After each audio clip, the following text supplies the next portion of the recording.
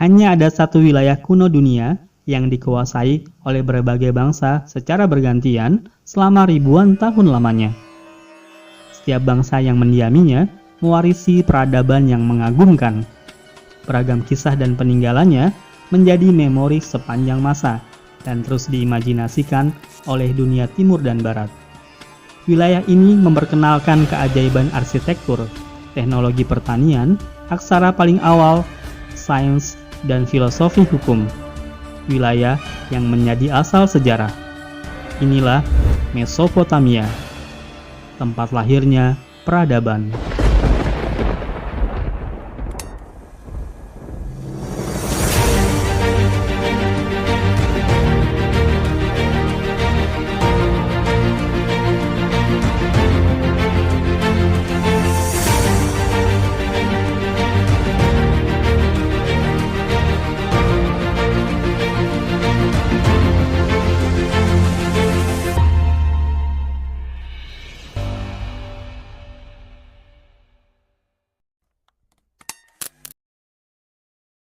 Mesopotamia merupakan peradaban tertua di dunia.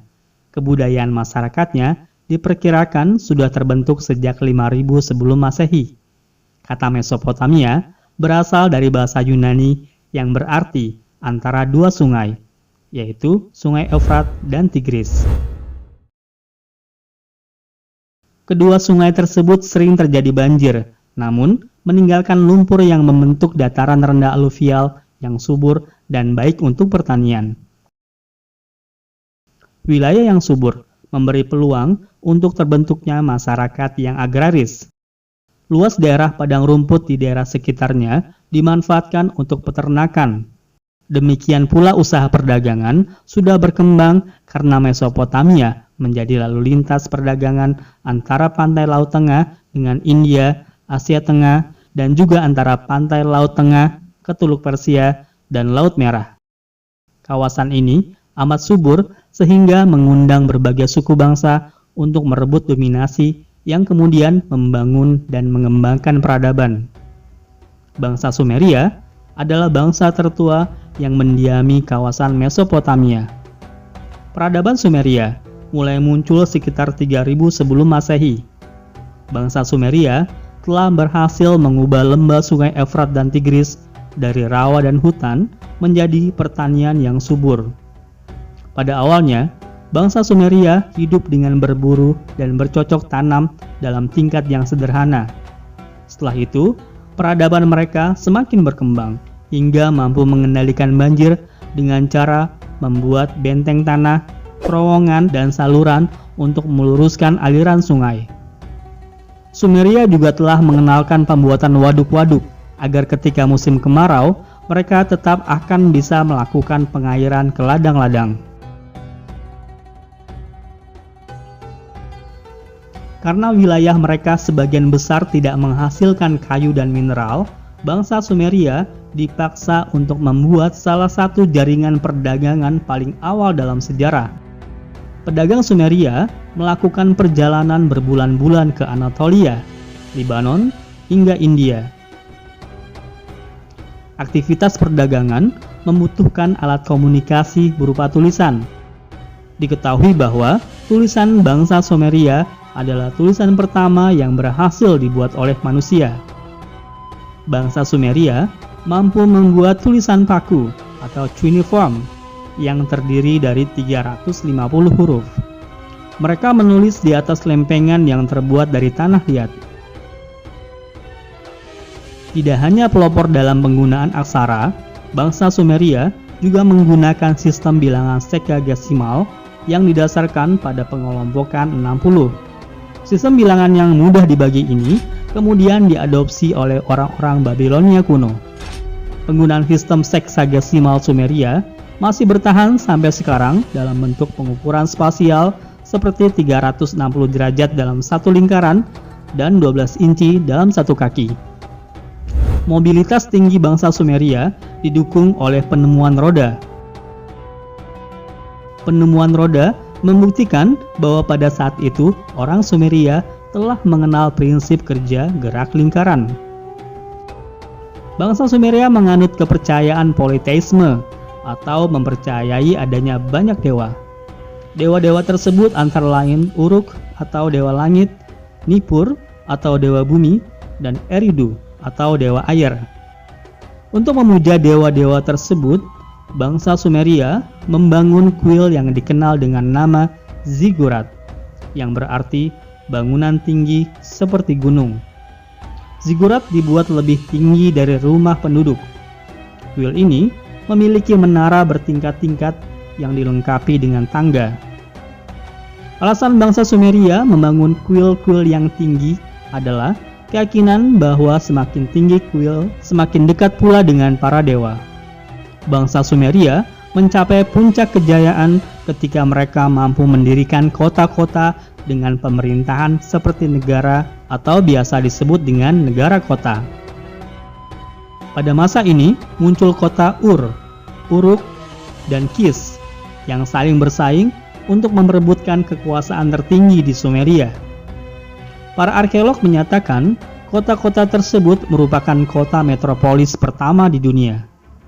Pada tahun 2400 sebelum Masehi, pemimpin bangsa Semit bernama Sargon berhasil menaklukkan dan menyatukan beberapa negara kota Sumeria.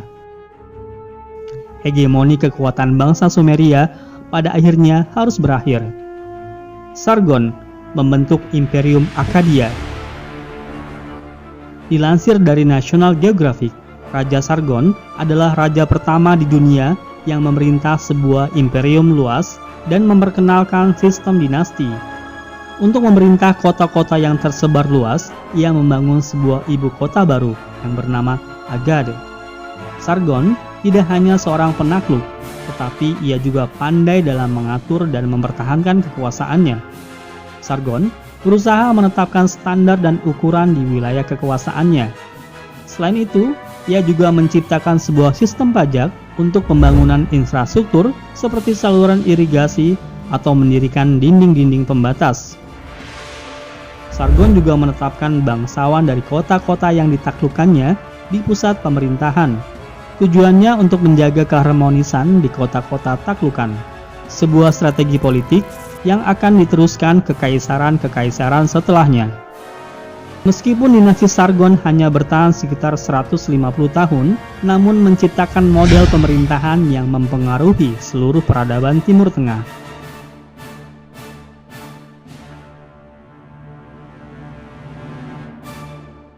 Akkadia menganut sistem kerajaan feodal yang memiliki banyak negara kota di bawahnya. Corak pemerintahan Akkadia adalah militeristik.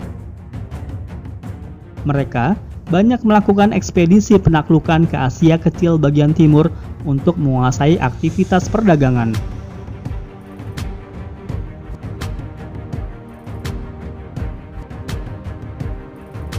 Dari segi kebudayaan, bangsa Akkadia melakukan asimilasi dengan kebudayaan Sumeria yang sudah maju sehingga berkembanglah budaya baru, budaya Sumer Akkad yang menggunakan bahasa Semit.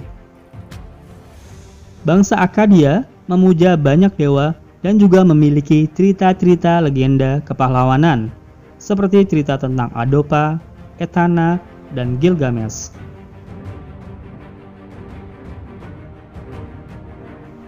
Konflik antar suku yang disebabkan oleh kekeringan panjang memicu kejatuhan Akkadia. Pusat kota Akkadia akhirnya hancur setelah mendapat serangan dari bangsa Guti, suku nomaden dari pegunungan Zagros yang berasal dari perbatasan Irak dan Iran sekarang. Kaisaran Akkadia runtuh pada 2200 sebelum Masehi. Setelah itu, wilayah Mesopotamia diperebutkan oleh bangsa Guti, bangsa Ur, dan bangsa Elam. Sekitar 1700 sebelum Masehi, bangsa Amorit tampil sebagai penguasa baru di Mesopotamia. Bangsa Amorit mendirikan kota Babilonia. Kata Babilonia berasal dari kata Babilu, yang berarti gerbang menuju Tuhan. Periode ini juga disebut dengan Babilonia Lama. Raja yang terkenal dari kerajaan Babilonia Lama adalah Hammurabi. Untuk dapat menguasai lembah sungai Efrat dan Tigris, Raja Hammurabi berperang selama 30 tahun melawan bangsa Elam yang berkuasa di sebelah timur daerah Mesopotamia. Hammurabi terkenal dengan hukumnya, yaitu Kodeks Hammurabi. Kodeks Hammurabi adalah salah satu kode hukum tertulis paling awal dan paling lengkap. Kode hukum ini berisi 282 aturan yang menetapkan standar untuk interaksi komersial, menetapkan denda, dan hukuman untuk menegakkan keadilan. Beratnya hukuman pidana sering bergantung pada kelas sosial dan jenis kelamin pelanggar hukum dan korbannya. Hukum Hammurabi menetapkan beberapa preseden hukum yang masih bertahan sampai hari ini. Kodifikasi hukum ini menjadi contoh awal dari penerapan asas praduga tak bersalah, asas di mana seorang dianggap tidak bersalah hingga pengadilan menyatakan bersalah. Undang-undang Hammurabi diukir pada sebuah prasasti batu hitam besar. Ketentuan dalam hukum-hukumnya tetap digunakan bahkan setelah Babilonia lama runtuh. Pada 1200 sebelum Masehi, pemerintahan di wilayah Mesopotamia diambil alih oleh bangsa Assyria. Assyria termasuk rumpun bangsa Semit. Bangsa Assyria memenangkan peperangan dan menguasai Mesopotamia. Mereka membangun kota Asyur dan Ninive. Kota Ninive yang terletak di tepi sungai Tigris dijadikan ibu kota. Pemerintahan bangsa Assyria bercorak militer. Sekitar tahun 750 sebelum Masehi, bangsa Assyria berhasil membentuk imperium yang besar. Wilayah Assyria membentang dari Teluk Persia sampai ke Laut Tengah. Selain kehidupannya yang bercorak militer, bangsa Assyria juga membangun negerinya menjadi sangat maju, antara lain di bidang pendidikan. Salah seorang raja Assyria yang terkenal adalah Assurbanipal. Pada masa pemerintahannya, ia meninggalkan 22.000 lempengan tanah liat berbentuk tablet yang tersimpan di perpustakaan Ninive. Lempengan tersebut memuat tulisan tentang masalah keagamaan, sastra, pengobatan, matematika, ilmu pengetahuan alam, kamus, dan sejarah. Pada tahun 612 sebelum Masehi, ibu kota Ninive dihancurkan oleh bangsa Kaldea. Tamatlah riwayat imperium yang bergelar Romawinya bangsa Asia itu. Setelah berhasil mengalahkan bangsa Assyria pada tahun 612 sebelum Masehi, bangsa Kaldea di bawah pimpinan Raja Nebukadnezar membangun kembali kota Babylon dan menjadikan kota tersebut sebagai ibu kota sehingga disebut Babilonia Baru.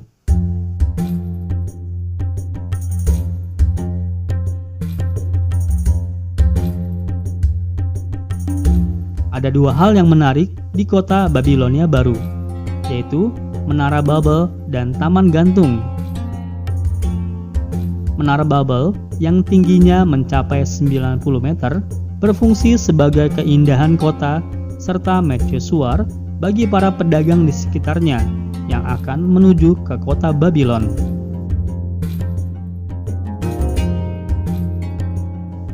Sementara Taman Gantung dibangun di atas bukit buatan, tingginya sekitar 107 meter. Bentuknya berupa podium bertingkat-tingkat yang ditanami pohon, rumput, dan bunga-bunga. Taman Gantung dilengkapi air terjun buatan yang berasal dari air sungai Efrat yang dialirkan ke puncak bukit lalu mengalir melalui saluran buatan.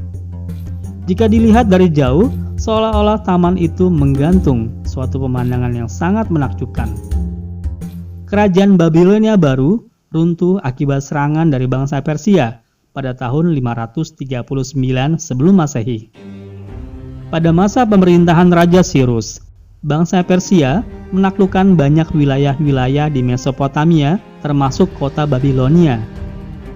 Kekuasaan Persia semakin meluas pada masa pemerintahan Darius Agung yang memerintah tahun 521 sebelum Masehi hingga 485 sebelum Masehi. Darius Agung mampu memperluas wilayah Persia hingga ke India, Mesir, Yunani, dan Asia Kecil atau Turki sekarang. Sehingga Kekaisaran Persia berhasil mendirikan kesatuan pemerintahan yang menguasai 3 situs terpenting peradaban awal umat manusia, yaitu Mesopotamia, lembah sungai Nil, dan lembah sungai Indus. Berpusat di ibu kota Persepolis, Darius I membagi kerajaan mereka menjadi 20 provinsi yang dikelola oleh satrap atau semacam gubernur. Darius I kemudian membangun jaringan komunikasi yang menghubungkan wilayah kekaisarannya. Jalan raya sepanjang 1.600 mil dibangun dari Susan di Irak sekarang hingga ke Sardis di Turki sekarang. Peradaban Persia kuno runtuh pada sekitar tahun 330 sebelum Masehi oleh kekuatan militer Alexander Agung dari Makedonia. Serbuan bangsa Yunani ini kemudian menghapus jejak peradaban dan kebudayaan Mesopotamia. Banyak hal yang kita dapatkan hari ini berakar dari peradaban Mesopotamia. Kebudayaan manusia modern berhutang budi kepada Mesopotamia. Dari penemuan mereka lah ilmu pengetahuan, teknologi, seni, dan segala macam unsur peradaban manusia diabadikan.